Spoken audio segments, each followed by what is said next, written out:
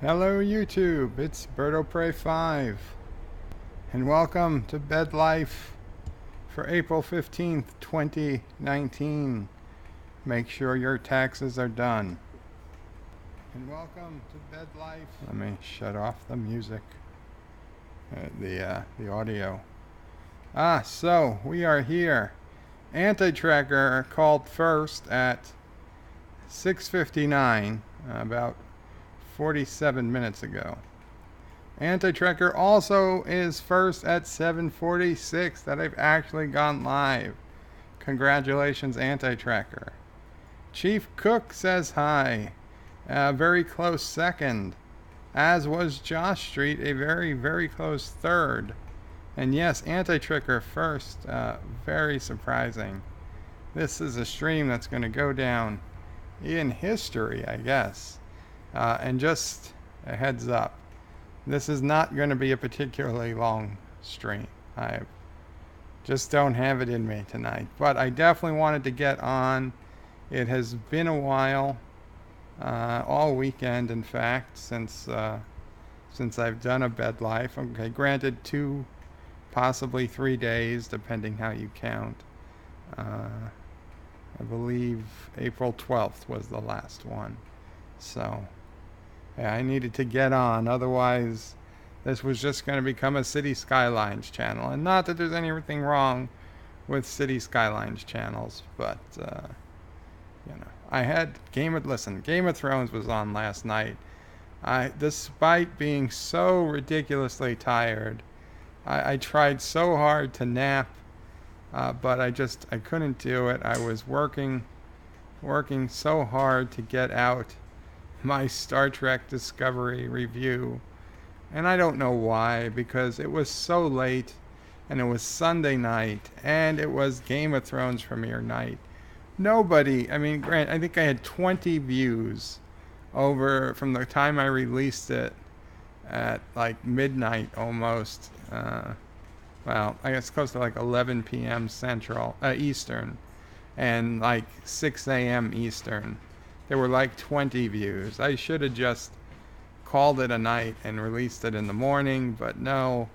I was so hard to get worked through to get that thing released. So many problems. I think the source material was so bad, my own computer refused to render the video. They were like, no, don't spread Star Trek Discovery. And I fought with it. And I won, damn it. I got it out. And reminder, please, if you're so inclined, please change to live chat instead of top chat so you can see all the chats.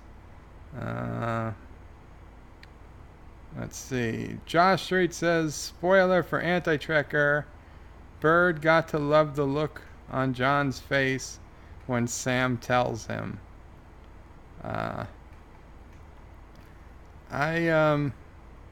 John's face. I don't know. That moment I was like, wait, did he know? No, he didn't know. I wonder how he's going to react. My sister, Anti-Trekker doesn't watch Game of Thrones. He couldn't get over the death of Ned Stark. So, oh my God, poor Anti-Trekker. If he ever was forced to watch the series, it would be bad for him. Not Ryan Johnson says, I fought with it and won. I got it out. Birdo 5 quote. Maybe. I don't remember. I don't know. Was that recent? Just pour that salt in the wound. What? Ned Stark dying? Is that salt in your wound? Because I hate to tell you, there's been a lot of deaths. A lot of deaths ever since Ned Stark, okay? I don't want to spoil it for you, but spoiler,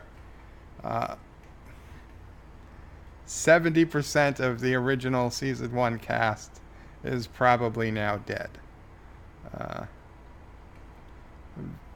Vincent Garzon says habla español. Vincent, no hablo español. Uh, hmm? But welcome, yes, but welcome.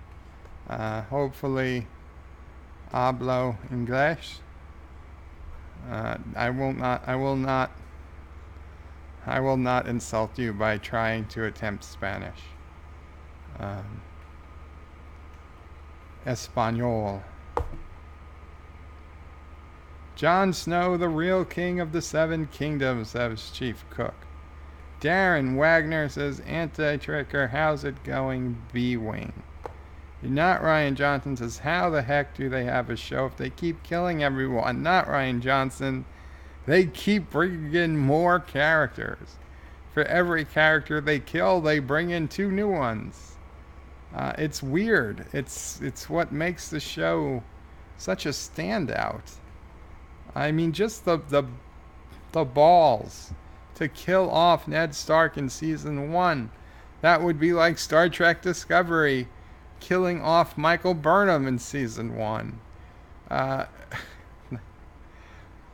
mean, granted, we'd all be happy, but they're not going to do that. They're not even going to kill her off in season 2 or season 3.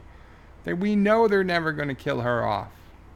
So that's what's anti-drama about it.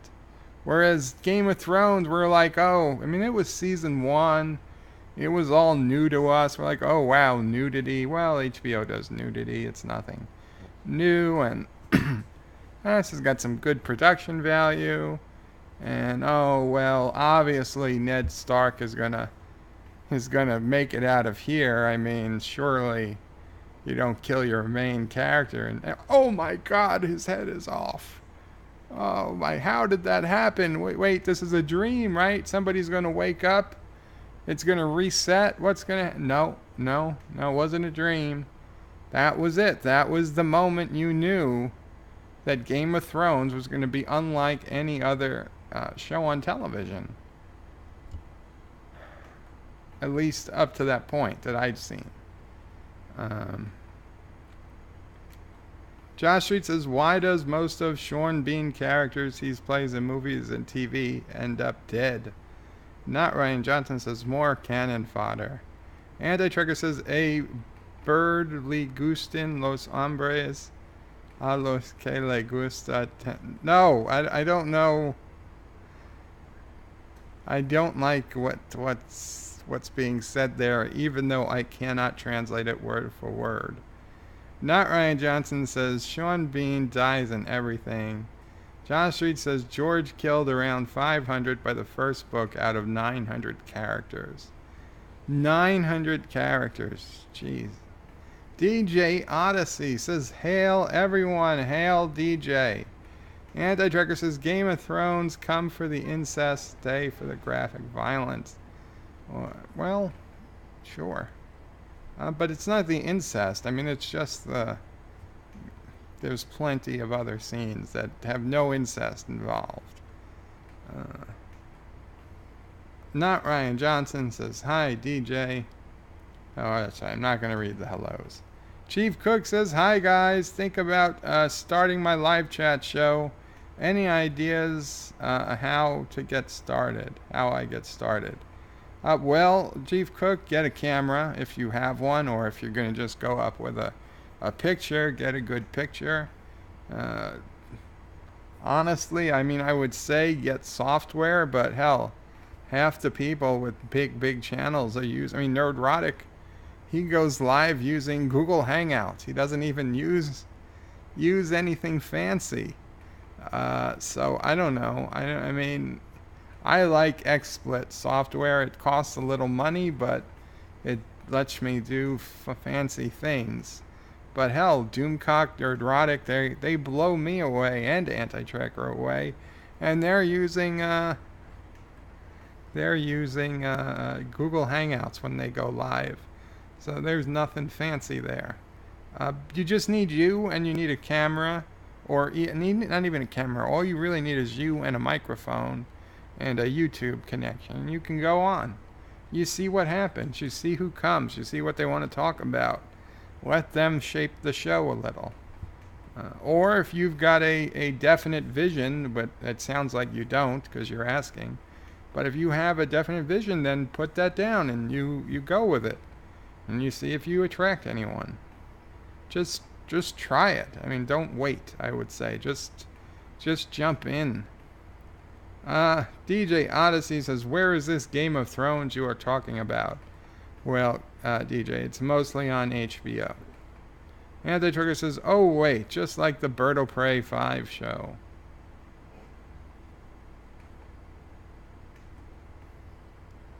Josh Street says, only in Game of Thrones, aunt and nephew getting it on is legal.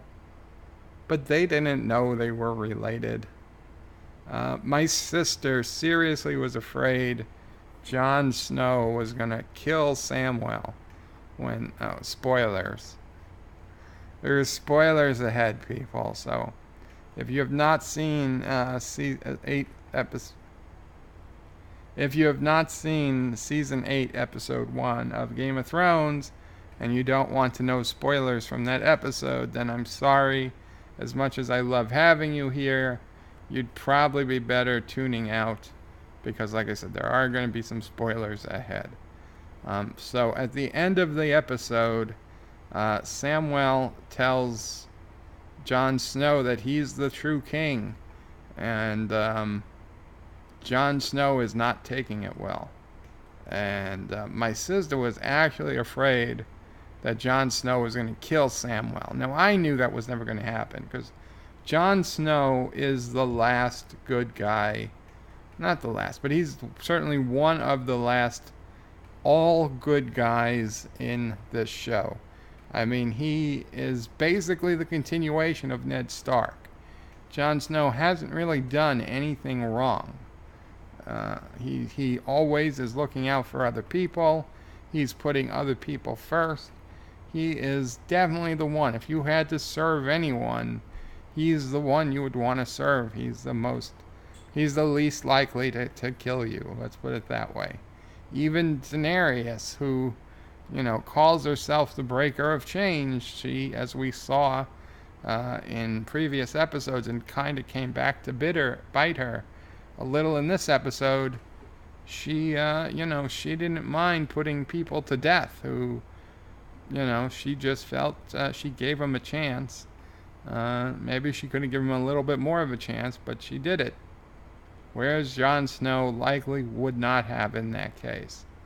But that's also why Jon Snow isn't, right now, isn't king or of anything, though he might be.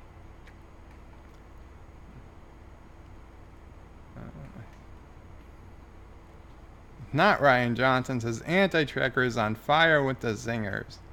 DJ Odyssey says, Chief Cook, avoid pink bunnies. Chief Cook is lolling at DJ. DJ says, I said what, not where. What? What is this Game of Thrones? Oh. I'm pretty sure you know what it is, DJ. Josh Street says, zombies and dragon and incest make the show better than STD. Josh Street says, Bird of Prey, he does now.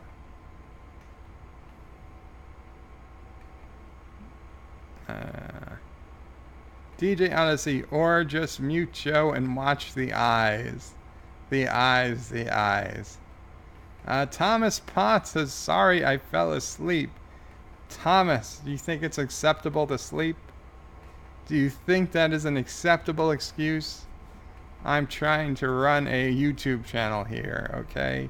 Sleep is for the weak. And for me, when I get tired. Chief Cook says, you fell asleep, Thomas. Thomas, yes. You let Anti-Tracker be number one. DJ Odyssey says, hail, Thomas. I think you fell asleep. Unless you are feeling in your sleep, then that's okay, too. Chief Cook, can anyone name the 7 kingdoms? No. No, I mean, there's, Westeros is the entire place. There is the North, the Iron Islands, No, I can't. I can't even tell the difference between what's a kingdom and what's. I mean, is King's Landing a kingdom or is that just a city? Winterfell, that's not a kingdom. There's the King of the North, the King of the Iron Islands. Uh, um, yeah, honestly, I can't. Uh, and Josh Reed says, Bird, I thought Sam was going to hit Daenerys when she told him about his brother, not so much his father. Yeah, that was. It's, it's weird. Because, I mean, at the time when I was hearing it, it was terribly sad news. And Sam, wow, Sam really, really emoted that well. But uh, knowing what we knew as the audience, and as soon as Daenerys said, not that, whatever, Tolly,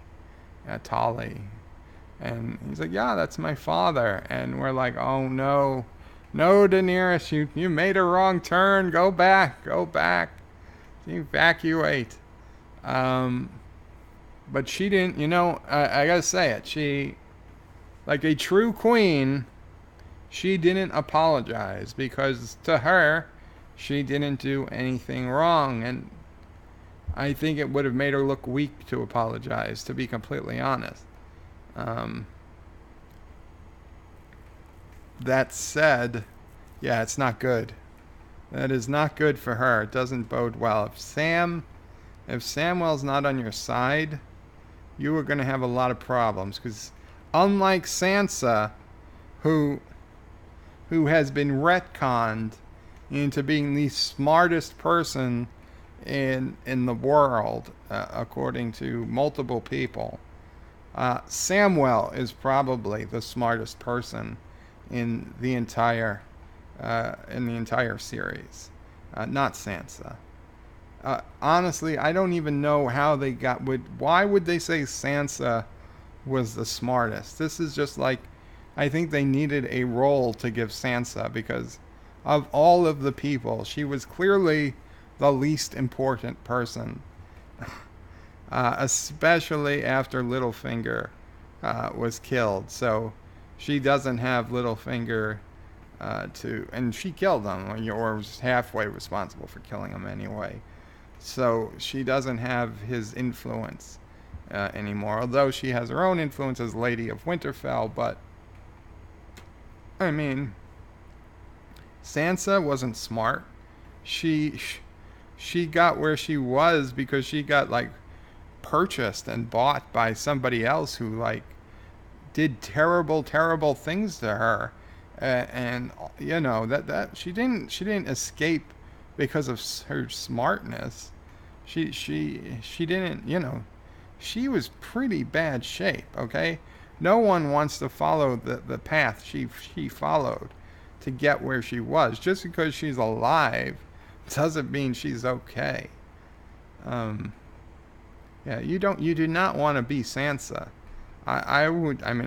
Arya, she at least she kicked ass. She if I'd say anyone, Arya was the smarter sister, and Bran literally knows everything there is to know. So I mean, granted he can't move. Me and Bran have a lot in common, but again, how is Sansa the smartest? Sansa was clearly the dumbest character for at least the first 5 seasons. 6th season even. Last season, they started smartening her up, or at least claiming she's smart. And now this season, she thinks she has a chance of going toe-to-toe with Daenerys. That's just nuts. That is nuts. Is there a porno version of Game of Thrones called Game of Bones? It's a good question. I wouldn't know. Let's see. Anti-Trekker says, Thomas, sleep is for the weak and for me when I get tired. Yes. DJ Odyssey says, Dopey Doc, Bashful, Humpy, Grumpy. That's not Seven Kingdoms. Thomas is lolling. Chief Cook, sleep is for the weak. DJ Odyssey, that's all the kingdoms I know. Anti-Tracker asked about the porno version. There, I do not know about a porno version of Game of Thrones called Game of Bones. I do know that there is a porno version of The Sopranos called The Sopornos. But that's about as far as my porno knowledge goes. Not Ryan Johnson. Have a good night, everyone. I gotta get some sleep. It's been a rough couple of days. Qapla. Qapla, not Ryan Johnson. Get yourself some sleep. I totally understand. You can sleep. Thomas, not yet. Josh Strait says the Seven Kingdoms, the Iron Isles, the North, the Riverlands, okay, the Vale, Dorne, the Reach. Oh, I always forget about the Reach. Westerlands. Okay. DJ Odyssey is saying good night. Josh Street is 8 if you count the Crown Lands. Well, obviously they don't. It's Seven Kingdoms. DJ Odyssey says, porno version of Game of Thrones. Wouldn't that just be the Taboo movies? I don't know. Chief Cooks is really DJ. I was going to say the porno version of Game of Thrones is just Game of Thrones. Season 1, 2, and 3.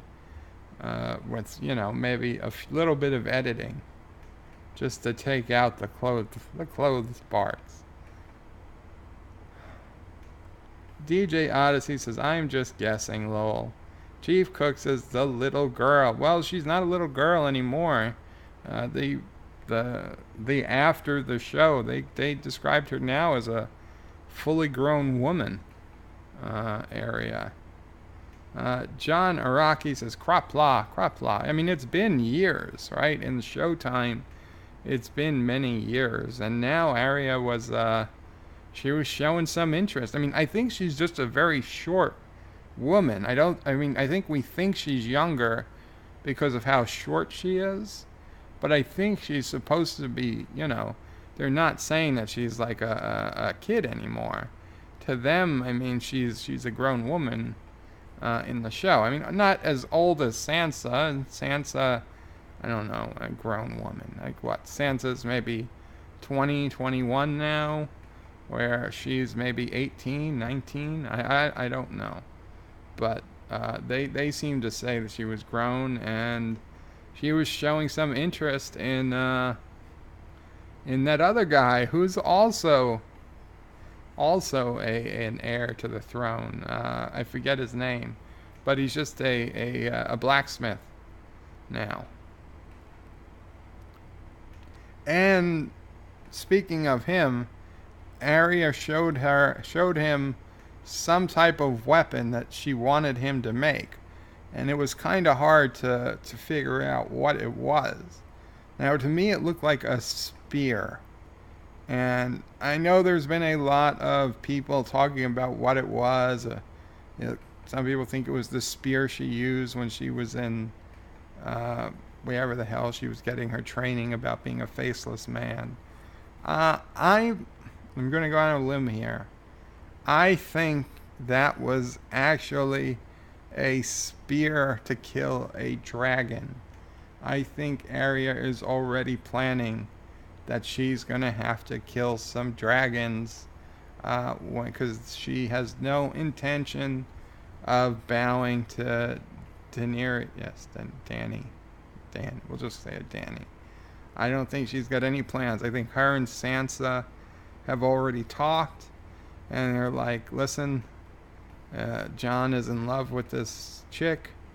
Maybe we won't kill her, but we're going to have to kill her dragon so she's not a threat anymore. And I think that's what she was hoping for.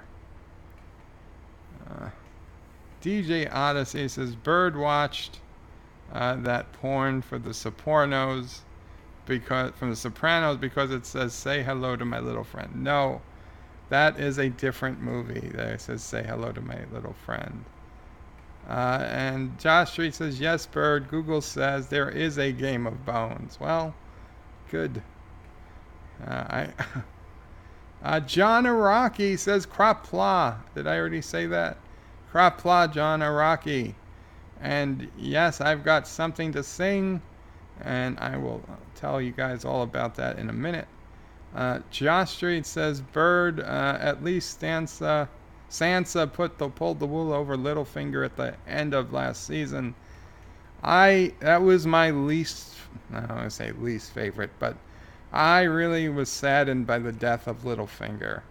I think it was kind of a bullcrap thing they pulled. I don't think he would have fallen for it. And two, Littlefinger was one of my favorite characters, so I was a bit dismayed when he died. But you know what? All men must die. That is literally one of the taglines. And notice it says all men must die. Now, I don't want to rain on everyone's parade, because I know all of the people who are usually the first to be pointing out wokeness and SJW-ness. They've all kind of, who I've watched, Nerdrotic and Doomcock specifically, they've all really enjoyed this first episode, and I enjoyed this first episode. I really did. But I thought it was weird that not one of them has brought up the fact that as of the end of Season 8, Episode 1, every single male character is now subservient to a woman. Did it happen accidentally? Was this the plan all along? I don't want to go full conspiracy theory, because listen, it's still a great show, and I'm still going to watch it. But I noticed, okay, it didn't go unnoticed, that Jon Snow is subservient to Daenerys, that Tyrion is subservient to Daenerys. Jon Snow is also seemingly subservient, at least in part, to Sansa. Jaime Lannister, he's gonna be subservient to Sansa as well. He's now wanted for death by Cersei. Cersei's got the hit put out on him. Cersei is head. I mean, Cersei's one of the most powerful people. Greyjoy's sister, she knocked him out in a headbutt, so she's the queen. She's the queen in the Iron Islands now, or will be shortly. So we have Cersei, we have the sister, and Euron's going to Winterfell, but they're going to be happy to see him. I guess they'll take every person they can get, but I mean, he did terrible things when he was there. He should just stay with his people. So we got Cersei, we've got the sister, and we've got Daenerys. Those three are in the very top positions.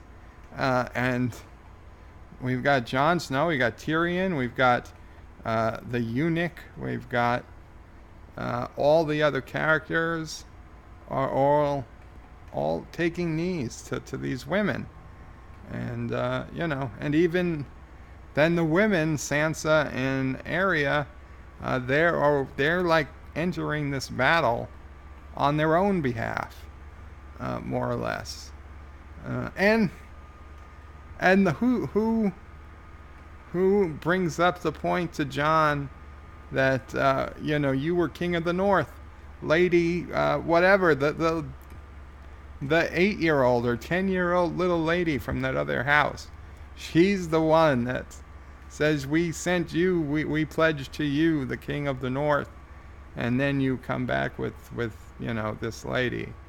And geez, when they figure out that, I mean, Sansa already figured out that Jon was in love with Daenerys. But once one of them spots them taking the dragons out for a little love rendezvous at the waterfall, it's shit's gonna hit the fan because they're gonna wait. Like, wait, is this really the best thing, or did John just do this to, to get laid?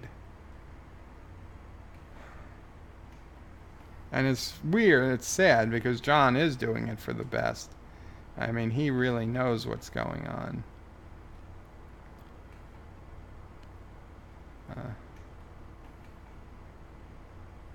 Alex Lethe says, "Hi, Bird of Prey. My sword fighting video just went up, but is gutted due to multiple false DMCAs." Oh, Alex, I started watching it, and then I paused it, and I intended to get back to it once I was done with the stream. I noticed it was an hour plus one, so I wanted to get back to it. So, is it down now, or is it just you had to pull out? You had to remove a lot of audio. I'm so sorry. Few people can appreciate you put hours and hours and hours of editing into a video where you do your best and you actually work hard to stay within what the law actually allows, and the law allows for fair use. And like every scene. What was that? I don't know. Oh, we got loud noises outside. Was there? Oh, okay. A car just turned. I don't know if it. Okay. Could just open the door. It's very good. Hold on. Okay. Yeah, so the cans were over because of the wind, right? Yeah. Okay. I don't see anything. Sassy.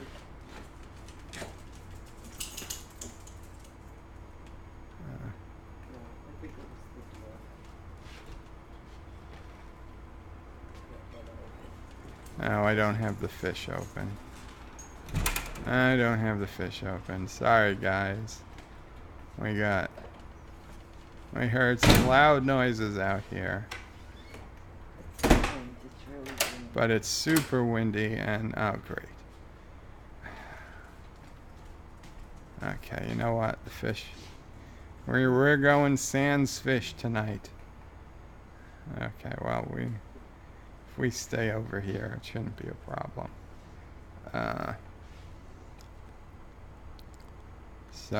Where was... Oh, you spend hours and hours editing a video. You're not breaking the law, because the law allows for fair use. Like in my recent Star Trek Discovery video, which was an hour and a half. Now, I will grant you it was long, but I want you to know it was over 2 hours of ranting that I edited down to 90 minutes or so. And, I used maybe 10 clips throughout. The longest, I think, being like 14 or 15 seconds, and a lot being 7 to 8 seconds. And even then, I made sure I either didn't use audio at all, or I was talking over it, or if I was using their audio, I put a really big Star Trek Discovery watermark over the video. Just enough so that you could get the gist of what I was talking about, but in no way use that video as a replacement for purchasing or watching the actual episode if you so wanted. And I spent 2 days literally working on that video, and I'm still concerned that CBS is gonna... Now, if they just content match it and they start pulling ad revenue off of it, I'll get annoyed, but I'll be okay because I don't monetize my videos anyway. I'm not allowed to. So I would leave it up in that case. But if they content matched it and blocked it, or God forbid, gave me a copyright strike, yeah, I'd fight the strike. But if they blocked it, I'm just shit out of luck. And that's the risk we take making YouTube video when you use footage or music or anything from any source that isn't 100% your own. And even people who do use 100% their own sources sometimes get hit with completely false copyright claims, and it's still on them. I mean, they can fight it, but you've still got to go to court. You're going to end up in court if the company isn't giving up on it. If they don't admit the mistake of their ways and let go of the copyright claim, you got to go to court. And who the hell has got time for that? Who's got the money for that? DJ says, hail Alex Leathies. Josh Street says, it's in the book. Sansa's only 16 in the last fest of the crows. Yeah, well, the book has a lot of weird things. I did not read the books, I'll be honest, but my sister did, and she's filled me in on a lot of it. Daenerys in the big books is like, I forget whether she said she was 12 or 14 when she was traded to the Dothraki, and she was already made a wife at a very young age, especially for today. We'd say that's not right. In those days, maybe it happened more often, but she was especially young. And she's not all that old, I guess. As I don't know how much time passes in the books, but any of the characters that started out really young, they're even younger in the books. Okay, HBO upped their ages a bit just to make it, that it wasn't just freaking child porn they were showing, because that's obviously they can't have that. Thomas Potts says Game of Thrones sounds like a really gay reality dating show. DJ Odyssey says Game of Thrones sounds more like a musical chairs using a toilet. DJ says I got blamed for the fire in Paris today. DJ, welcome to the club. I got blamed too. And so did Anti-Tracker, but he's my prime suspect. Josh Street says a toilet made out of swords. That's a painful toilet, says Alex. Josh Street says bird is one of the knives that you can shoot the blade at someone. Okay, that's what she wanted? Well, that's what I was thinking. I was thinking it was but I thought it was a spear. And I thought it was like a spear that she could shoot at a dragon. That was my guess. Daniel's Hot Topic says, hello, Bird of Prey. Today, on Monday, April 15th, 2019, they started to film the Picard series, although they did not say anything yet. Well, if they didn't say anything yet, how do we know they started? I believe you, I'm just saying. Thomas Potts says, so that's why Notre Dame burnt down. It's Picard's fault. It could have been a Section 31. It was an inside job. Josh Street says, Bird is Anti-Tracker's hand to the king. Bird, remember the old saying, the king... Yes. The king poops and the hand wipes. DJ Odyssey says, YouTube is getting slammed over the fire in Paris. Apparently some of the live streams had a link under it about 9/11. Yes, we saw that. We heard about that earlier. I mean, obviously it's their algorithm gone rogue. But it's the whole stupid thing. They shouldn't be putting links into live streams about anything anyway. Okay, it's not for YouTube to put in a link because I make a live stream about something, whatever, controversial. Okay, everybody knows what Wikipedia is. If you are on YouTube, you know Wikipedia exists. If you want to Wikipedia something, you're free to do it. You don't need YouTube doing it for you. Josh Street says, John Araki says the big Game of Thrones villains are literally white zombies led by a king. And Josh Street says, I wish the Golden Cloak was backing Argon Young Griff, trying to make the Seven Kingdoms like in the books. Josh Street says, Bird, it's winter, it's coming for you. No, winter is leaving here. Alex Leethy says, Birdo Prey, it's still there, just not what I would have originally wanted. The original is on BitChute. Oh, okay, very cool. DJ says, zombies are coming for Joe. No, Sassy will stop the zombies. Daniel's Hot Topic says, there was a fire in Paris. Yes, Daniel's, the Notre Dame, and that's exactly what DJ says. Yeah, the Notre Dame Cathedral. Notre Dame. Okay, Luke says it's pronounced Notre Dame. So, the Notre Dame Cathedral. It's burnt down. Well, a lot of it did. Thomas Pod says, but I thought you lived in a safe neighborhood. We do. But, listen, if there's a noise outside, you're going to investigate, don't you? Best we can tell, it was the wind. DJ Odyssey says it's mostly out, but the place is trashed. Josh Reed says Thomas Bird lives only a few miles from the wall. Alex Lethy says, yep, that's what TF1 were doing repeatedly with my vid blocking. I ended up putting a charcoal filter over the footage, but this is not ideal when you're picking over details. Yeah. John Street says Daenerys was 14 when she was handed over to Drago, Aquaman. Wait, that was the guy from Aquaman? Because Aquaman is the guy from Stargate Atlantis.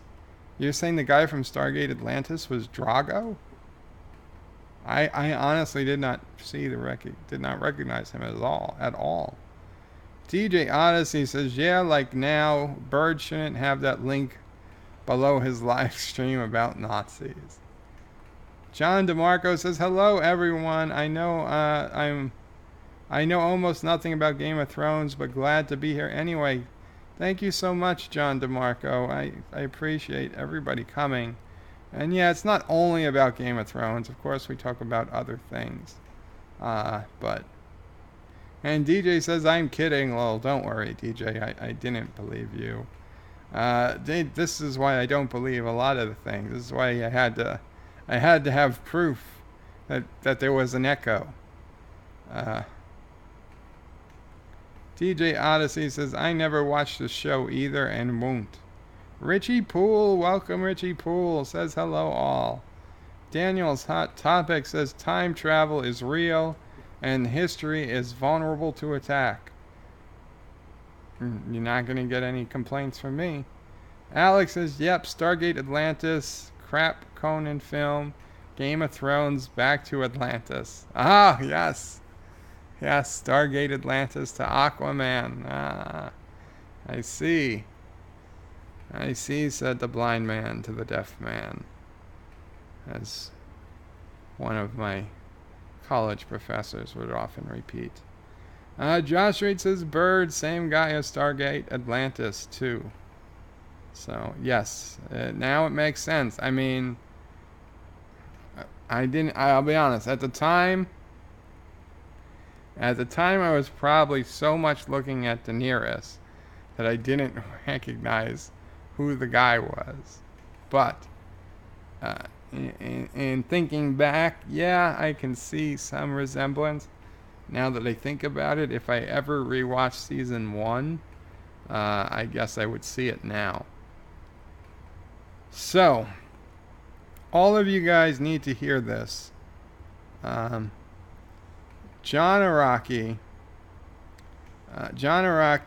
sent me a donation today, and he wrote this very nice note. This next song is dedicated to the one person working behind the scenes to make bed life happen. That unsung hero that selflessly makes it so that the show can go on. Someone without whom this all would not be possible.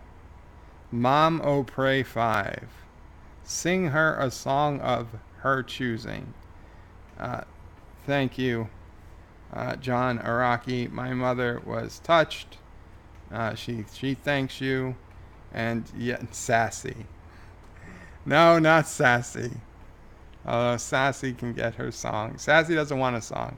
Sassy just wants food. And I did tell Anti-Trekker about it as well as was your request. And I will make sure Anti-Trekker knows about this song if he's so inclined to watch it. Will she pick The Sound of Silence and just have Joe sit there and do nothing? Low. She didn't think of that. She said, no, she actually did pick a song. And it is such an old song, I believe I will be safe enough to play the music. So I'm going to go ahead and do it. It's not a long song. It's 2 minutes. It is... what's it called? Yes, The Sidewalks of New York. The Sidewalks of New York. Now, I don't know if any of you have heard of this song before, but and Thomas has to leave. Have to go to work. If you're still on when I get there, I'll come back. Thank you, Thomas. Have a. No, the shop vac is not the unsung hero, although it is an unsung hero. So here we go. Now this song, I remember my parents used to sing it to me, not the exact version, but east side, west side, all around the town. And then they'd make up their own words. Like when I was a kid, like a little kid, this is what they would sing. Like if, some people say, oh, sing a bedtime. I guess you don't sing a story, but sing something, Kids ask their parents to sing them something. This is what we'd get. Now, of course, I've never seen the actual lyrics to the song before today, so I will do my best. Now, there was one line I need to remember to change.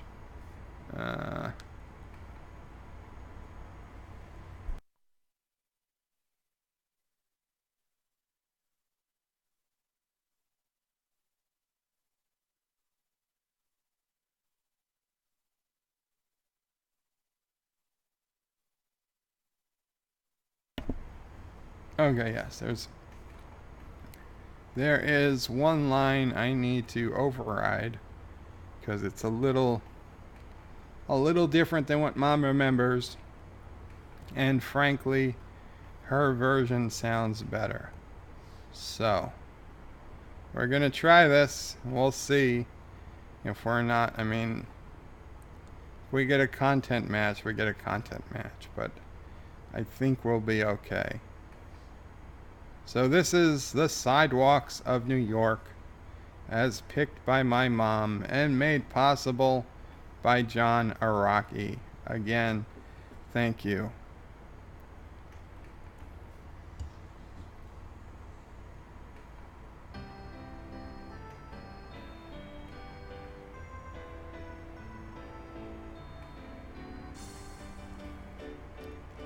East side, west side, all around the town. The tots sang ring around a rosy London bridge is falling down. Boys and girls together, me and Mamie O'Rourke, tripped the light fantastic on the sidewalks of New York. East side, west side, all around the town.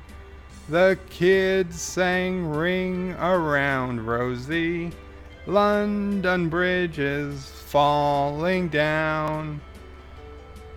Boys and girls together. Me and Mamie O'Rourke tripped the lights fantastic on the sidewalks of New York. East side, west side, all around the town. The kids sang Ring Around a Rosie. London Bridge is falling down. Boys and girls together. Me and Mamie O'Rourke tripped on the light fantastic on the sidewalks of New York.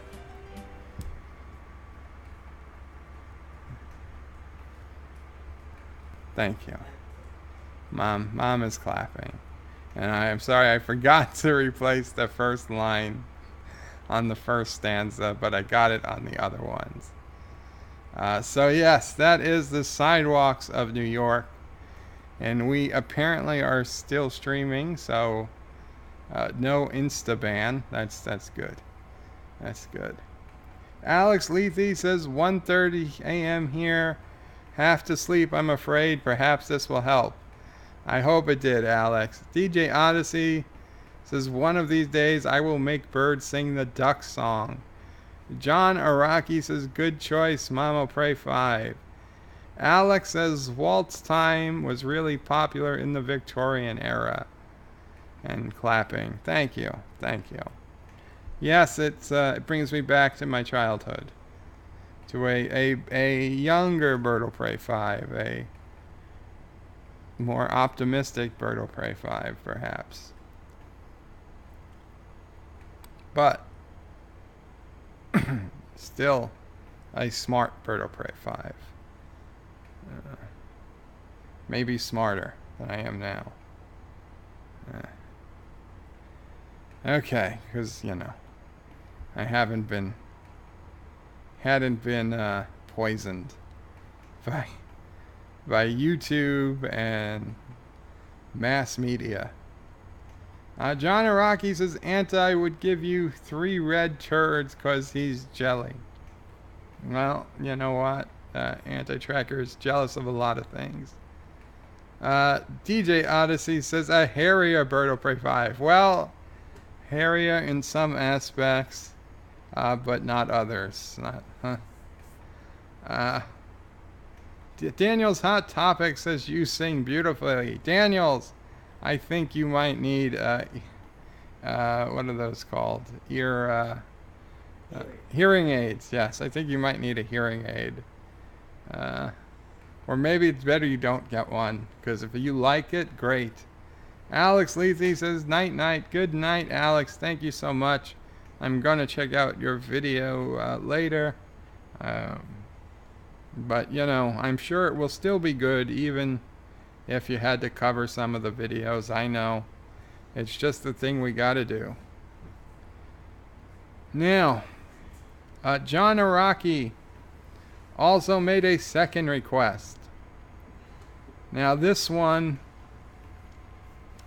I do not think it's going to go nearly as well, but we'll try. Now this one, I cannot, play the music to, so I'm going to have to mute that. So we will try another song, and then I should be done with the songs for the night. So now this is Maroon 5, The Love.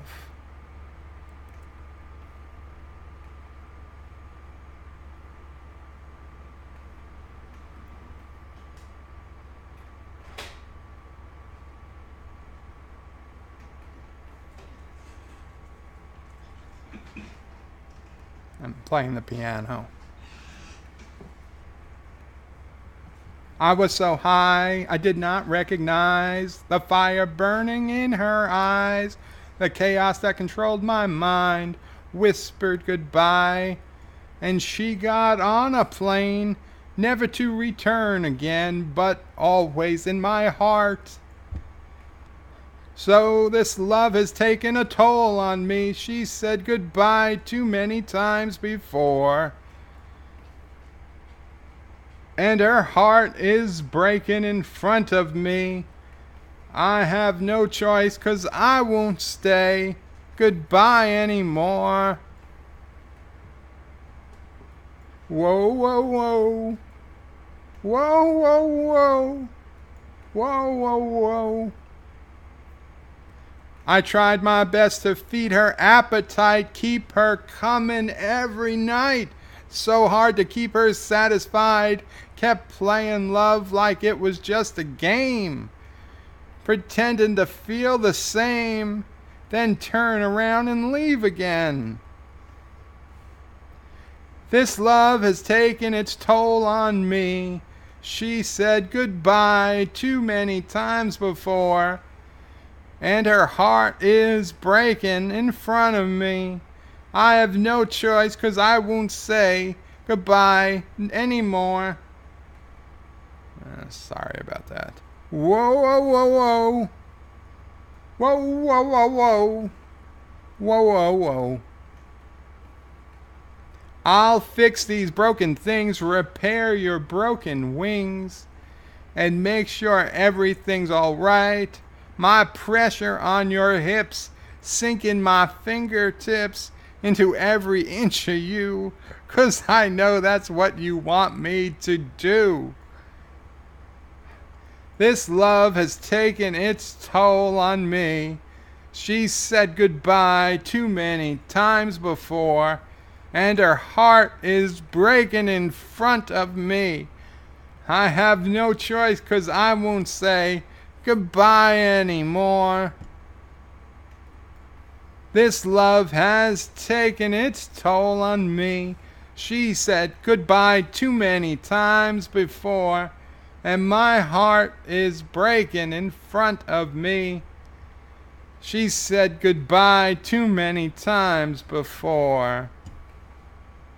Ooh, this love has taken its toll on me.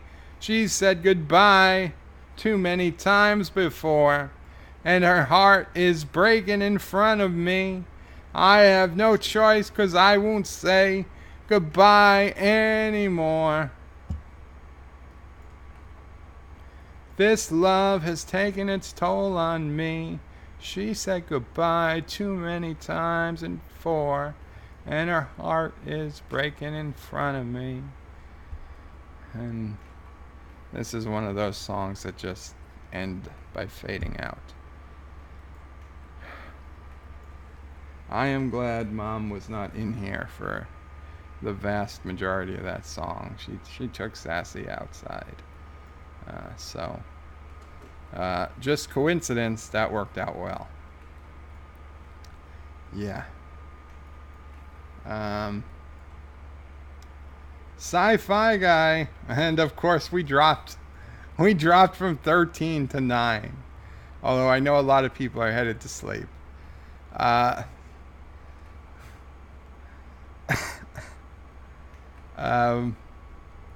Sci-Fi Guy says, I saw the first 3 episodes of Game of Thrones and never went back. Probably never will, especially if it involves witches and the occult. Sci-Fi Guy, there is some minor witchcraft, but it is very little. And I'm going to be honest, Game of Thrones is one of the greatest TV shows ever created. Now, it's not for kids by any means. It's a very adult show. That said, if you're an adult, it is a hell of a lot of fun. I mean, yeah, you need to dedicate some time to it. It's more like reading a book than watching a TV show. And you absolutely cannot be on your telephone, on your cell phone or your smartphone, replying to text messages, or looking things up on Wikipedia while you're watching the show. Okay, if you're going to watch Game of Thrones, you need to cut out an hour of your day, or some are going to be even longer this season, and you've got to watch it. And if you got to go to the bathroom, you've got to pause it. You cannot let any scene go by. You need to be attentive. And if you can watch it, and if you can be attentive, and if you have the time to dedicate, now I will grant you, I'm saying this not knowing yet how the series ends. I mean, for a long time, I thought Lost was a great show. That was until the series ended, and I was like, holy shit, this was all for nothing. This was the worst con job ever pulled, and I hated Lost. I went from loving Lost to hating Lost. They lost it. They lost it all in that last season, especially the last few episodes. So much. It was like, oh, it turned me completely. Now, there's a possibility the same thing will happen with Game of Thrones. It is not beyond the realm of possibility that they have screwed up so much that I will change my mind on the entire series. But even if they just manage to make an adequate ending, and it's not the greatest ending, it has still been 7 seasons. This is the 8th. It's a short season. 7 seasons of great television. And I don't know, I know a lot of people, especially in this chat, Anti-Tracker, DJ, you've all decided not to watch it. And listen, if that's still your opinion, I understand it. But man, it's like saying, I decided I'm not gonna, I don't know.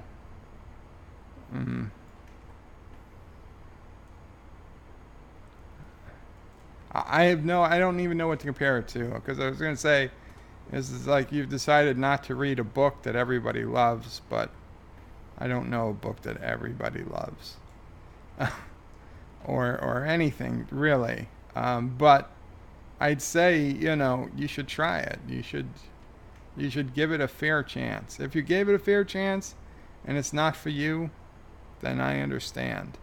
But man, if you're not giving it a fair chance, I kind of pity you. It is, you do not get shows like this often. Okay, we probably will not see another Game of Thrones in our lives. It is a rare show. DJ Odyssey says, woo, I'm glad it wasn't moves like Jagger, lol. And DJ Odyssey says, yeah, sci-fi guy, then all the incest it has. And DJ says, sorry about that. Whoa, whoa, whoa, whoa, whoa, whoa, whoa, whoa. John Araki is giving thumbs up. You okay? Oh, that was sassy. John Araki's giving thumbs up. Daniel's Hot Topics is saying, sing the Donkey Kong song. I don't know what the Donkey Kong song is. John Araki says, you're lucky Anti isn't here. Yeah, but he'll get a link to the song. Richie Poole says, Anti-Tracker is going to have a field day with this one. Especially the whoa whoa whoas. Anti-Tracker needs to work on his actual sci-fi videos. Okay, this is something maybe for a bored day. I think there's only so much time he can dedicate to making fun of me. So I think we're okay. I think he's got enough material for now. DJ says, what, sorry bird, what were you saying about being attentive? Yes. John Araki says, Lost its way after season 3. And Josh Street says, I haven't watched Lost after the first episode. Well, in that case, Josh Street, you are ahead of the curve. Or you're don't watch it, okay? I mean, listen, I'll be honest. The first 2, 3 seasons, it was pretty good, but it was only good because it was a mystery that you thought maybe that it was only good because it was a mystery that you were hoping they were going to find the solution for, and how were they going to tie all this stuff together? And that's what made you keep coming back. But then when it became obvious that they had no intentions of tying up things together and that they never had a plan, they didn't know. They were writing crap that they had no idea how they were ending this stuff. They were just writing to make more seasons because people were ordering. NBC was ordering more seasons. That's when all trust is lost. I mean, that's the name of the show. But in all honesty, I lost a lot of trust. Now, at least for Jericho. Jericho was a good show shortly after Lost. And it ended early. It ended prematurely. And but they knew they were ending early. And they went ahead and they wrapped up Jericho in a very decent way. Not as good as it could have been. That clearly would have been better to be a 5 or 6 season show. I think it got 2.5 or 3 seasons. And maybe that last season was very short. But they wrapped it up. Okay, at least I didn't feel like I wasted all my time watching Jericho because I got a decent ending. Lost, I feel like every hour I watched Lost was a total waste of time, and worse, the multiple hours between weeks that I was talking with friends and speculating and thinking of how this all was going to work, that was even a bigger waste of time.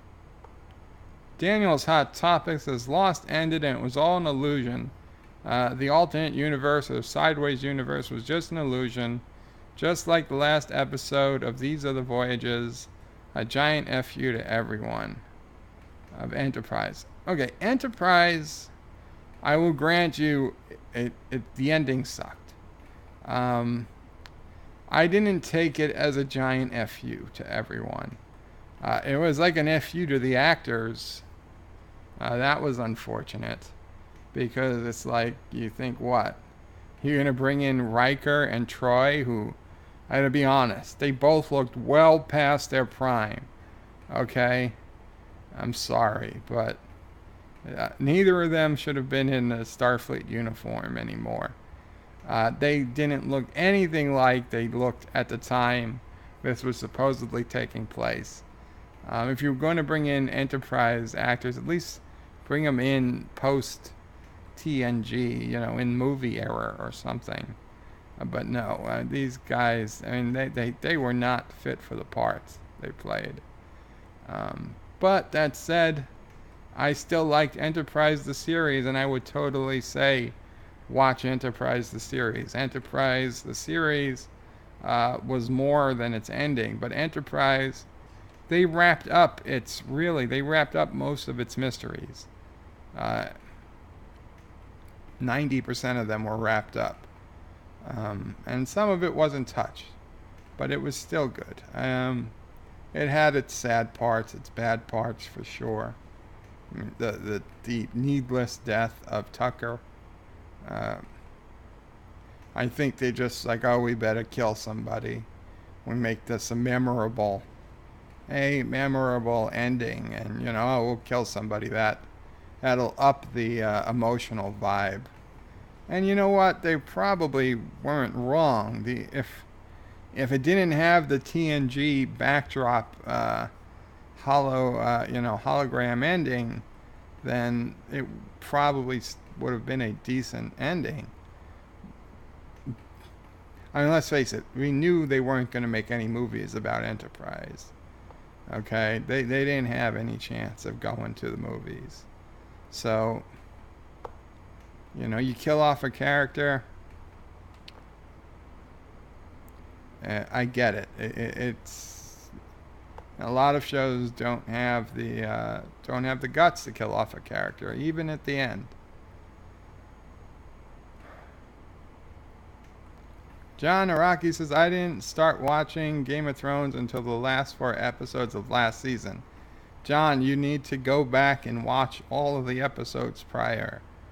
DJ says, Bird, they released a comic version of Jericho that wrapped up after they got to Texas. Very cool. Captain Batman, welcome, Captain Batman. Captain Batman, I watched your last video, about 3 seconds, inside a moving car. And maybe you could help me, Captain Batman. I could not make heads or tails of what the hell was going on. TJ Odyssey is hailing Captain Batman. Oh, and Captain Batman says, Alexa, what time is it? It's 8:57 p.m. 8:57 p.m. Well, he just said the first word. I wanted to give her something to do. Thank you.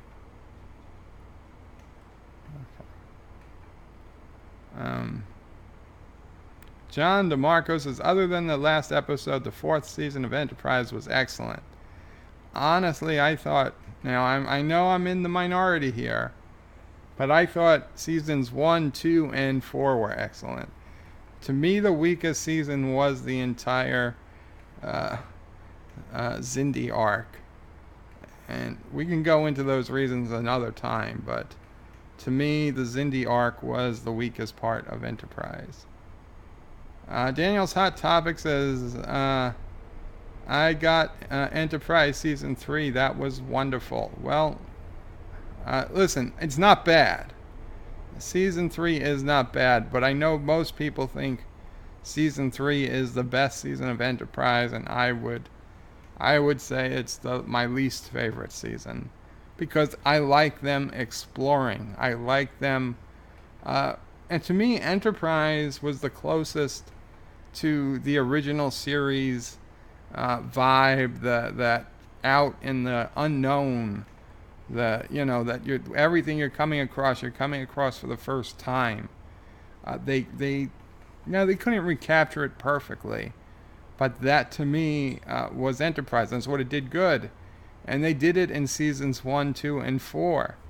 Season 3 was just a battle, let's kill the bad guys. And there were some great episodes in season 3, okay?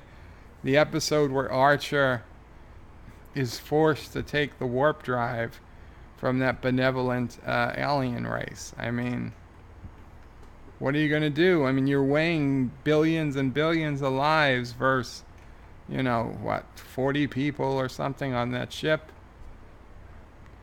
Now, as soon as they blew up the sphere, Enterprise or one of the newest ships, should have headed right back into the Expanse, although the Expanse has now been collapsed because of the destruction of the spheres, but should have headed right back into that space with an extra one of whatever those parts it was they took, and try to track down that crew and give it to them, because it's only been a couple of weeks, maybe a month since the time they took that warp coil and the time they defeated the sphere, the Xindi. Well, they didn't defeat the Xindi. They kind of defeated the Xindi, but they worked with the Xindi to defeat the Xindi super weapon. So, I mean, it was only like a month. So, they had a journey ahead of them. So just head back and give them a new warp coil or whatever, and beg forgiveness and say, listen, I know you will never understand, but we're sorry. Here's a new warp coil.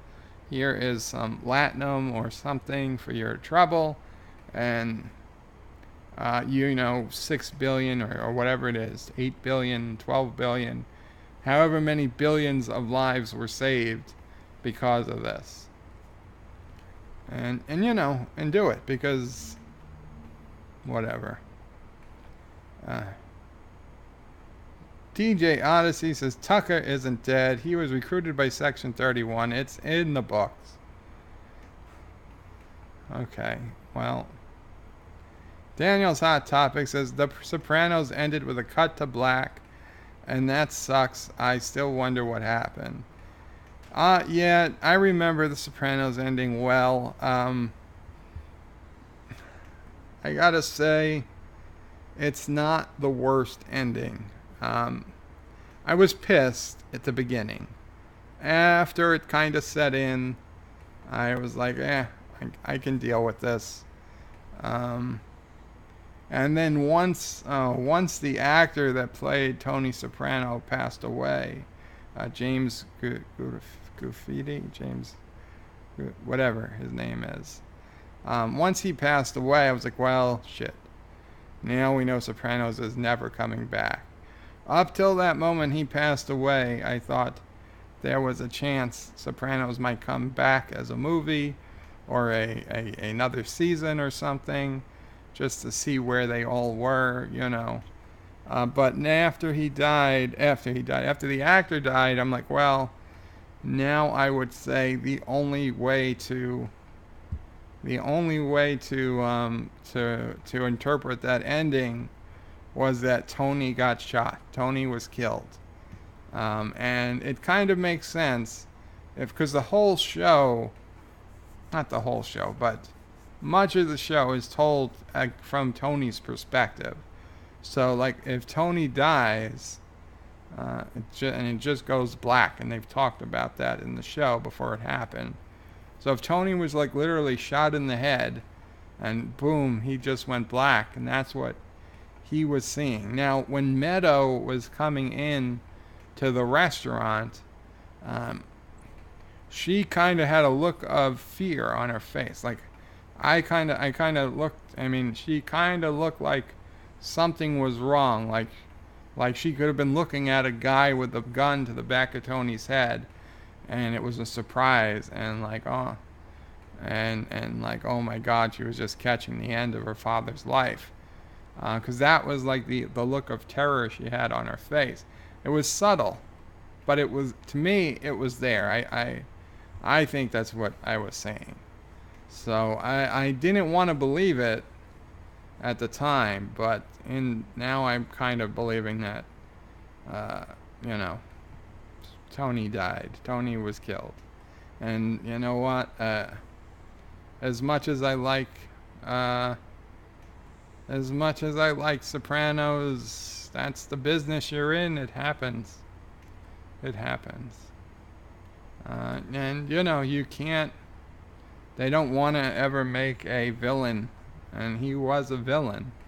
And they don't ever want to make a villain too lovable. They don't want to make a villain seem like a good guy, because people will identify with him. Josh Strait says, hi James, long time no see in chat. John DeMarco says, I think season 3 wasn't bad, but they were way too heavy on the serialization. Yeah, well, you had to watch every episode to know what was going on. Captain Batman says, Bunny is like Bigfoot can't video. Right, I guess I just missed that. DJ Odyssey says, I'm serious, Bird. The Enterprise books has Tucker working for Section 31, spying on Romulans. I believe you, DJ. I don't read the books usually, so I don't really care about the books. Then T'Pol can feel he isn't dead and tried to go looking for him.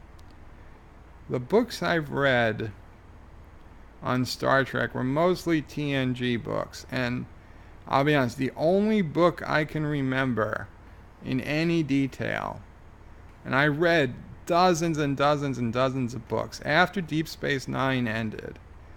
I was totally into Trek, and Enterprise, I watched a few episodes and I hated it, so I stopped watching Enterprise. So I had no other Star Trek in my life, so I started reading all TNG and Deep Space Nine and similar books, and I was getting like one every couple weeks and reading it, tossing it aside, and just going through, devouring them. There were so many. There were so many over all the years because I'd never read any books before. The only one I still remember, and the only one I even gave a little crap about, is one called Kayless. And it was the story of Kayless. And it's a great book. I don't want to spoil it this tonight, but if anybody wants to know about Kayless on another stream, remember to ask me, because it has a twist ending and then a double twist. So I enjoyed it. It kind of fills in, and it takes from Kayless coming back in TNG. So it all fits in. It all fits in together. Josh Street says, "Hi James. Yes, long time not seen in chat." Okay, I read that one. John DeMarco says, "I haven't read the book, but I heard DePaul eventually has kids." Well, that would make sense. Josh Street says, "Bird, all this Game of Thrones. I'm going to play a little CK2 Game of Thrones." Okay. Bird, check Discord, says Josh Street. I've never read any books before. Bird, hello, Anti-Tracker. Welcome back to the stream. Anti-Tracker, earlier in this video, you might want to check out, I sang a song. I sang Maroon 5, This Love. And I sang it good.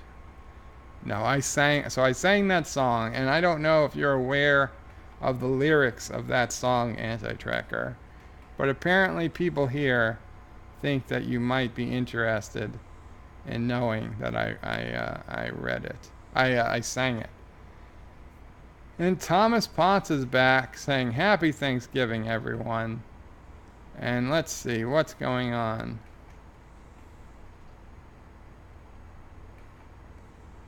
And oh, well, this is from earlier today.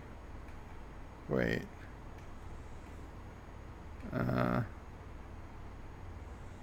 Okay, I will have to figure out what's going on with Zoom, since he says he did not get notification of Anti-Tracker's stream. But Josh Street, I was checking Discord. What am I checking for you? Oh, Thomas Potts has sent photos. Oh, photos of the. Oof. Oh, that's terrible.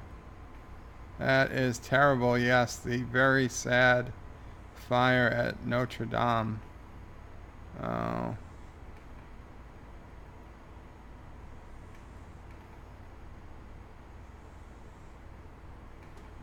Oh, that's. Okay. So let's see. Who is this? Ah, there we go. Josh Street. Says Imager from Crusader Kings 2 Game of Thrones mod. War of Conquest, The Dance of the Dragons, the Blackfly Rebellion, Robert's Rebellion, A Clash of Kings, and there's a map.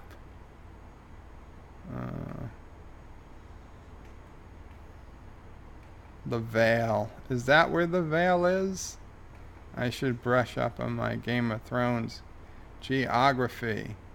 Very cool, Josh Street. Let me see if I can bring up the map for everybody.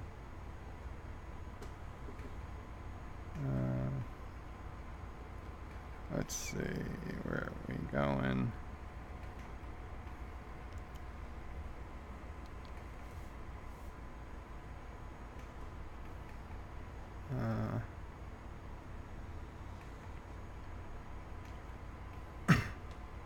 There we go. This is, what is it? Clash of Kings 2, the Game of Thrones map. And it's very cool looking. Now, very cool looking means way more time than I have to start playing it, because that's the problem. If I start playing something that looks too cool, I will have less time to do everything else that I need to do, and I need to do a lot. Thomas Potts says, Happy Thanksgiving, everyone. DJ says, Merry Christmas, Thomas Potts. Yes, for those who don't know, Thomas Potts has been moving through the space-time continuum, and we have no way of stopping it. DJ Odyssey says, Merry Christmas, Thomas Potts. Richie Poole says, I remember reading Spock Must Die. John DeMarco says, I read a lot of Trek books, and one of the most memorable is Q Squared, which features Traylene. Josh Reed says, Happy Christmas in July, Thomas. And Thomas says, Bird check MySpace, Bird check Grindr. Josh Reed says, Bird check AOL. I actually can check AOL. I have an AOL email address. Guess what it is? It's birdopray5@aol.com. It's been my email address for decades. Decades. Plural decades. It's not going anywhere. As long as AOL keeps it free, I'm going to have an AOL address. DJ Odyssey then says, Birdopray, check MySpace. Anti-Trigger says, I don't know the song, but I will check it out. Daniel's Hot Topics is asking, Anti-Trigger, what's up? Anti-Trigger says, same old, working on videos, wishing I could sleep. Daniel's Hot Topics says, the Picard series is filming today. Captain Batman, aka James, says, no sleep from Michael. Daniel's Hot Topics is Monday, April 15th, 2019. DJ says, Bird needs a City Skylines map of that. I bet there is. I bet there is a Game of Thrones map for City Skylines. That said, it's really not all that interesting, just building a regular city on it. Josh Reed says the map is bigger than that. Bird can't fit Westeros and all of Esseros. Anti-Trigger says, Traylene, really? Well, how would you pronounce that? Traylene? Traylene? Traylene. Traylane. Traylane. What did I say? Traylane. Yeah. DJ says, lol. Thomas says, how many decades, Bird of Prey? At least 2. More than 2. More than 2. Jesus Christ, I'm old. More than 2 decades. 2.5. John DeMarco says plural decades, although you might have meant singular decade. Thomas says, Bird of Prey skipped several comments. Did I? Tralane. The dude from TOS, the Squire of Gothos. Well, I don't remember that. What comments? Was it before or after Check Grinder, Thomas?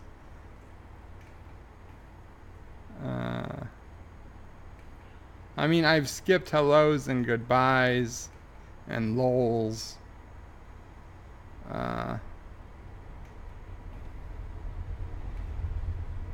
I don't see anything that I missed. If you want to throw me a bone here, Thomas. Tralane. Okay. Speaking of TV show endings, I will tell you the show that I thought had a surprisingly good ending. Unfortunately, this show has apps. No, I don't have a username on Grindr. If you want, throw me a bone, Thomas. Berto Pray 5. The show, why don't you guys think about this while I become right back? What do you think is the TV show? Now, I'm going to say it's a comedy that had the best ending.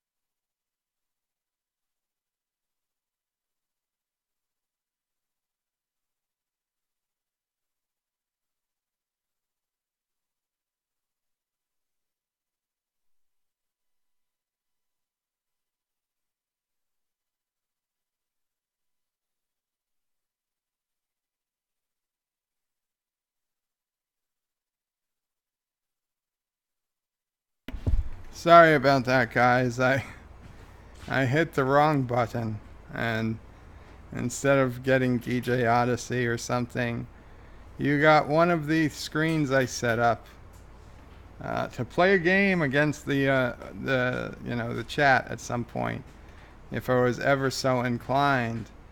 What are we looking at? We're looking at a tic-tac-toe board. The thought was that I would,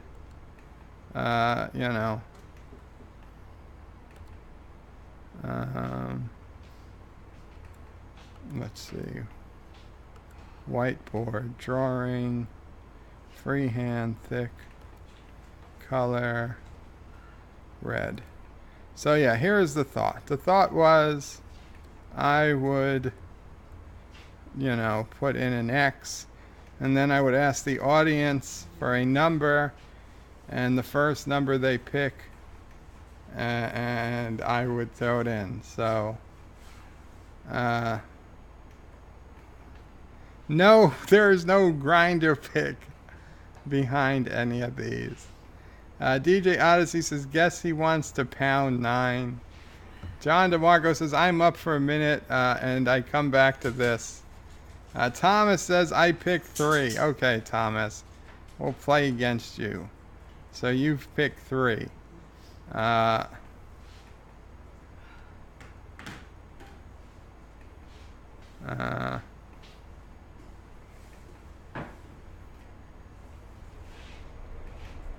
Okay. So I'll pick 6. Richie Poole says 6. No, I pick 6. DJ says 6 and 9. 69. Richie Poole says then 9. Now I know you guys, okay, I'm gonna just let Thomas Potts pick, because he's the one I started. Thomas is picking 4. Yes, most logical, Thomas. Most logical. So I will go ahead and pick 1.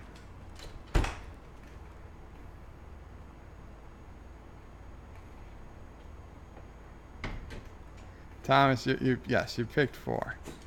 Uh, now I know Sci-Fi Guy, he's probably going to pick 9, but just to be official, yes. Okay, so Thomas picks 9. So I will pick. I will pick. No. Well, I think we see where this is going. I'll pick 8. And Thomas, you're going to pick 2. Okay, because you're not an idiot. And then I'll pick 7. And I will have 1 because we weren't playing tic-tac-toe. We were playing half a house. And I just built half a house. So I win, you lose. No, not a tie. I win. I win. Because the name of this game is actually called I Win. And it's me. I'm the I. It's not cheating, it's just you didn't know what game you were playing. And I understand that. It's confusing. But that's just the way it is. So did you guys figure out the comedy with the best ending? Now, the unfortunate thing about this comedy is that it has absolutely, yes, thermonuclear war. That's exactly what it was. Just, no, play thermonuclear war. Would you like to play a nice game of chess? He has to learn that the only winning move is not to play. Talk about AIs. Talking about AIs. Okay, well, one more thing. But, okay. How I Met Your Mother. How I Met Your Mother went for, I think, like 8 seasons, maybe 9. It went for a long time. And when I watched it new, it was freaking hilarious. And I was certain, I was like, there's no way they're going to end this right. Because it just doesn't make sense. But I tell you what, if you watch How I Met Your Mother, if you've never seen it before, you can watch that series all through. And it hasn't aged well, I'm going to be honest. It just has not aged well. And it wasn't that particularly old. I mean, it was around the same time as The Office, whereas The Office is still 100% watchable. And The Office is, by all accounts, a better show. Don't get me wrong. The Office is a better show, and it has a good ending of its own. But the ending on How I Met Your Mother is brilliant. It is a brilliant ending because I did not think they could possibly tie up all the loose ends that they had made in the show. But they did it. They did it. Now, it was, I'm not going to give it away, but it wasn't the ending I expected. But damn it, it was a damn good ending. Unfortunately, through no fault of the ending, the show to me is just completely unwatchable now. It's like, I don't want to watch this at all.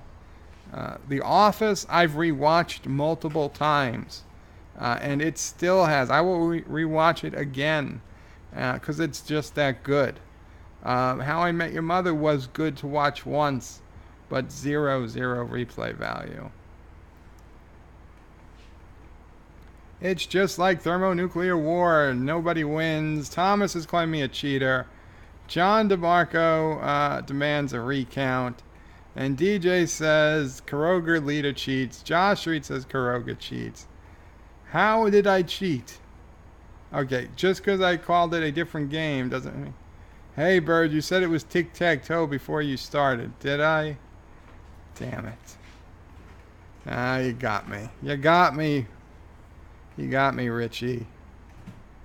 DJ says MASH. Josh Reed says, Bird, let's play chat and the IRS and tell them that Bird is lying about his taxes. And then you see, you've upset Sassy. You've upset Sassy.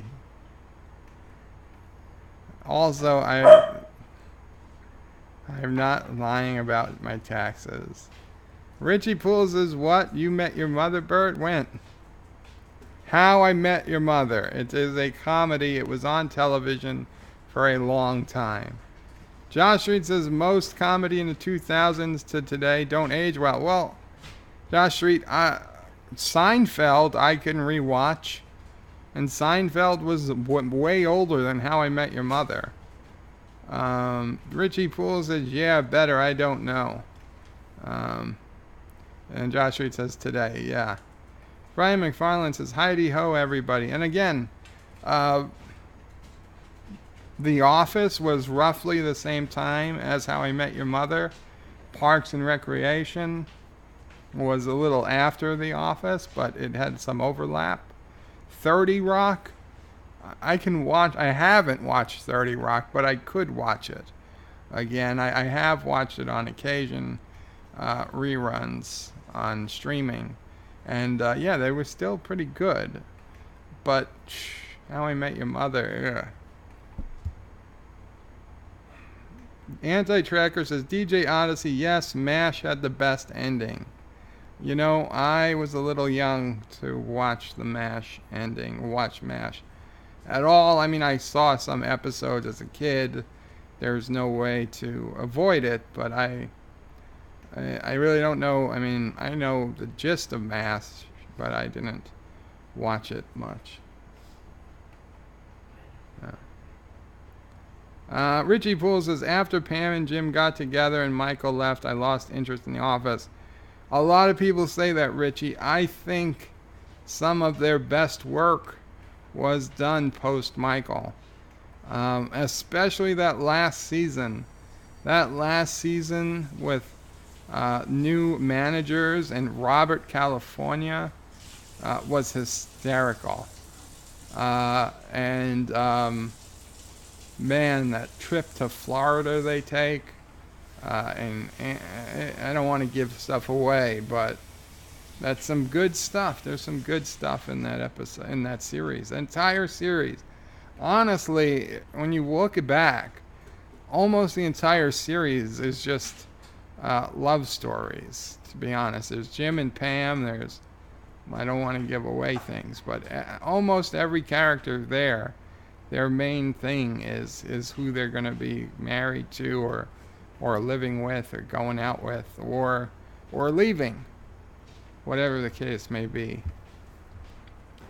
DJ Odyssey says, yes, it did, Anti-Tracker. Brian McFarlane has given a thumbs up to Anti-Tracker. Welcome, Brian, if I didn't say hello before. Says, Newhart had a cool ending, where it's a dream and Barb wakes back up in bed with Bob Newhart's 70s show wife. Okay, John Show. Trivia says, Qapla, Bird of Prey, and chat. I've seen Game of Thrones. I've never seen Game of Thrones. Well, Trivia, we've more or less stopped talking about Game of Thrones at this point. All I can say is you should, man, or woman, if you have any chance to see it, I would definitely try to see it. I think, personally, it's a great show. It's an adult show, so, you know, don't watch it with kids. But, yeah, if you get a chance to watch it, watch it. Richie Poole says, I felt The Office had too much improv in it. It worked for me. DJ says, I've never seen it either. Oh, DJ. Oh, you're talking about Game of Thrones. Okay. Thomas Potts says, post-Michael, is there a plan to replace Anti-Tracker with Mrs. Anti-Tracker underway? Oh, I thought you were going to say post-Michael, as in you thought Discovery was going to have a post-Michael life. No. I am not aware of any plans that will replace Anti-Tracker with Mrs. Anti-Tracker. Anti-Tracker says, Brian McFarland says, hey, Bird of Prey, what do you think about the Easter Apostles Last Supper tie-in with Discovery last episode. It completely, completely went over my head. I would never have guessed it ever, and I'm not 100% sure that the count Anti-Tracker did is right, because I don't think everybody that's staying on Discovery was actually in that scene. So I don't know.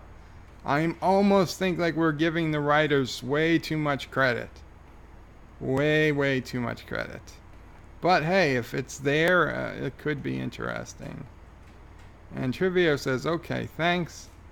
And DJ Odyssey says, apparently there is one plan to replace Anti-Trigger with Alex, though. Not my plan. But that's Joshua's drawing, and that's going to come true. Richie Poole says, I work in an office. Maybe I should be thinking more about getting it on with some of the women I work with. Absolutely, Richie. If the office has taught us anything, it's that co-workers make the best spouses, or at least girlfriends. And just don't turn into Creed. Just don't turn into Creed. And that's not Creed from Rocky movies. That's Creed from The Office.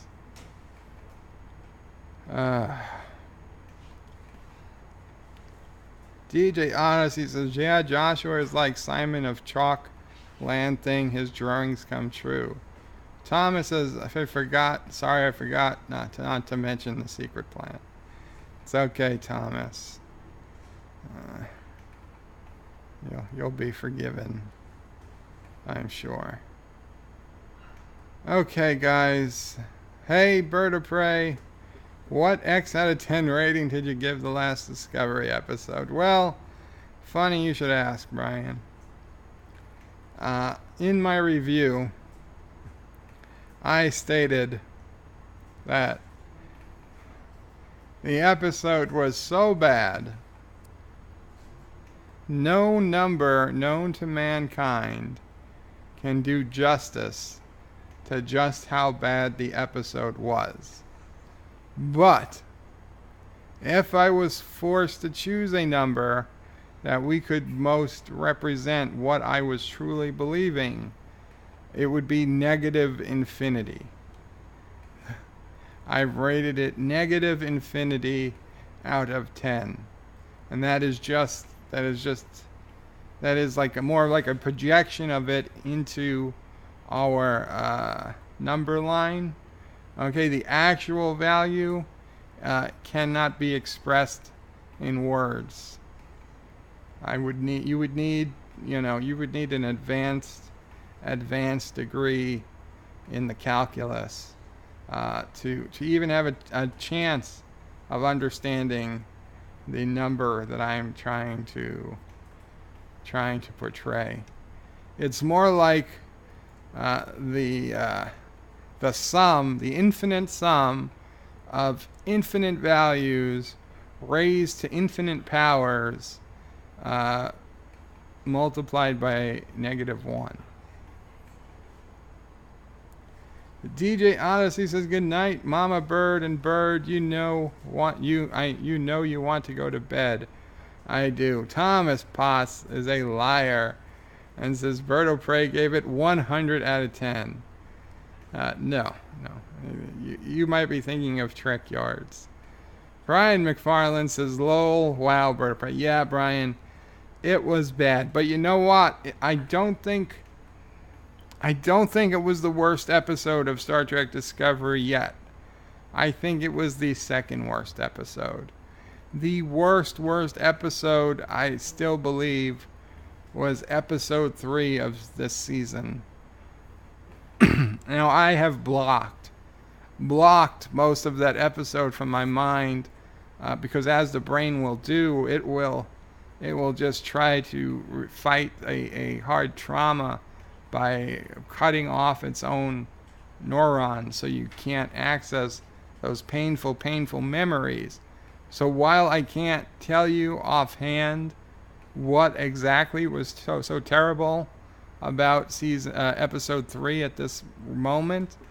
I can tell you, I remember just this very dark shadow left in my mind over that episode. And whenever I think about that episode, the darkness builds. And that dark shadow is bigger even than the dark shadow of this last episode. Because this last episode did have some good video, some good rendering of the Enterprise. And it had some minor saving graces, a couple of funny lines that stood out. Georgiou saying, "Let's just make a supernova," and Saru's like, "That'll kill all life within 12 light years, maybe more."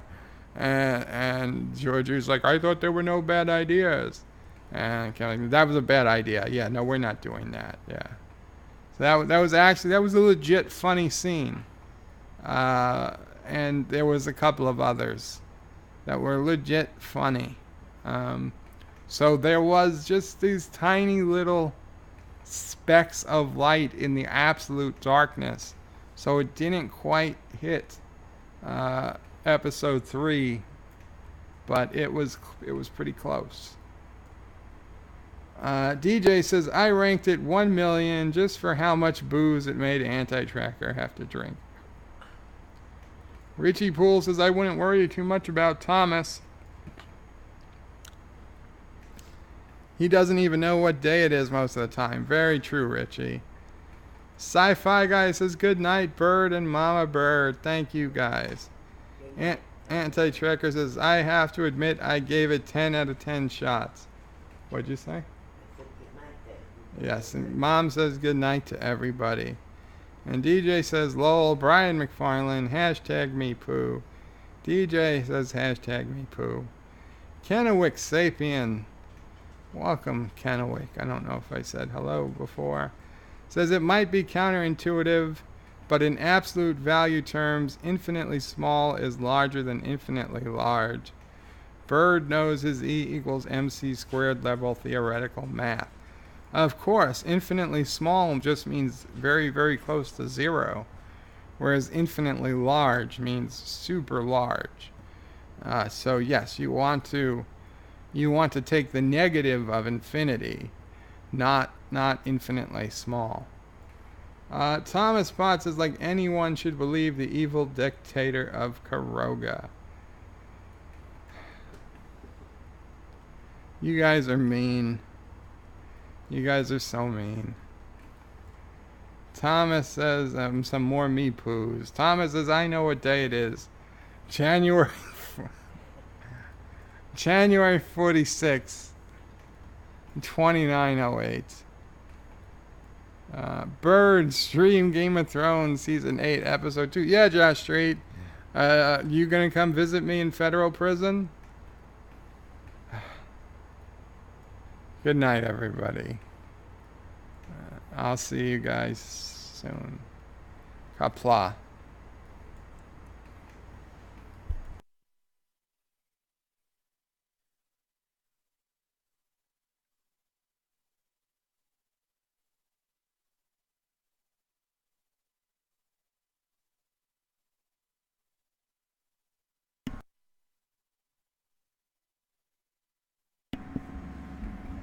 Yeah.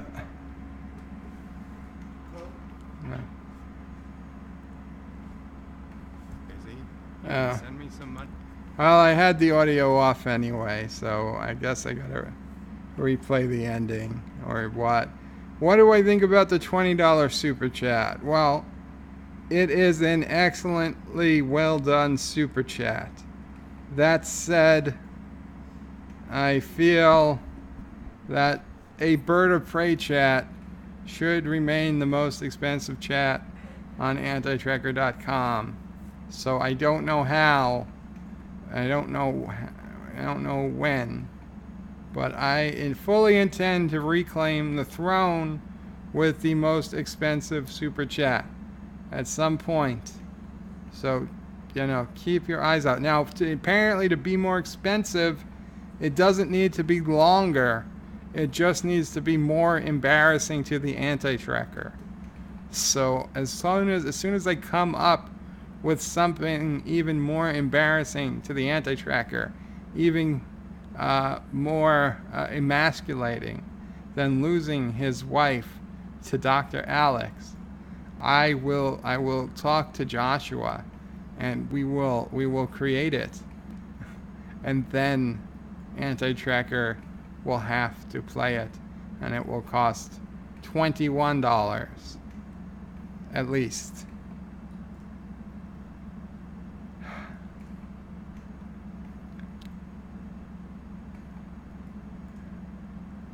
Okay, guys. Good night, all.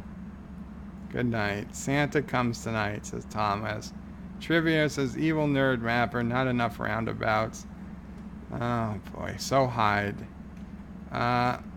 Daniel's hot topic is still throwing out the questions with the end screen on.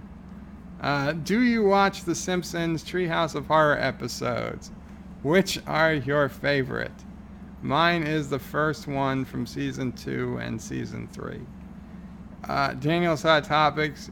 Yes, I generally watch Simpsons episodes, all of them, including Treehouse of Horrors. Although this season, The Simpsons has pissed me off something terrible, and I kind of hope they just get canceled, even though I know they won't. They have another couple of seasons left. But I eventually get around to watching their episodes long after they would get any revenue from me watching them. As for my favorite Treehouse of Horror episode, I don't remember which one it was, but it was the one where where they all get abducted by aliens, and they do the whole parody about To Serve Man, and it was Space Dust on the book. And it's like, wait, it's a cookbook, To Serve Man, and then they blow on it. It's like, oh, it's just space dust, and it's how to serve man, and then it's more dust, and it's how to serve 40 men, and it's how to serve 40 men, and blah blah blah. And then they were like, the aliens, like, oh my God, you thought we were going to eat you? And I said, why are you trying to fatten us up? You're like, we were just giving you food. You were the ones who kept eating. And then they dropped them back off, saying that was it. They couldn't deal with humans. Richie Poole, live long and prosper. DJ's laughing. Richie Poole, AT, check out bird singing. You won't regret it. Good night, good night, good night. Thomas Potts says, I know Mrs. Anti-Tracker comes to you instead and drives off in a Jeep. Maybe. Good night, all.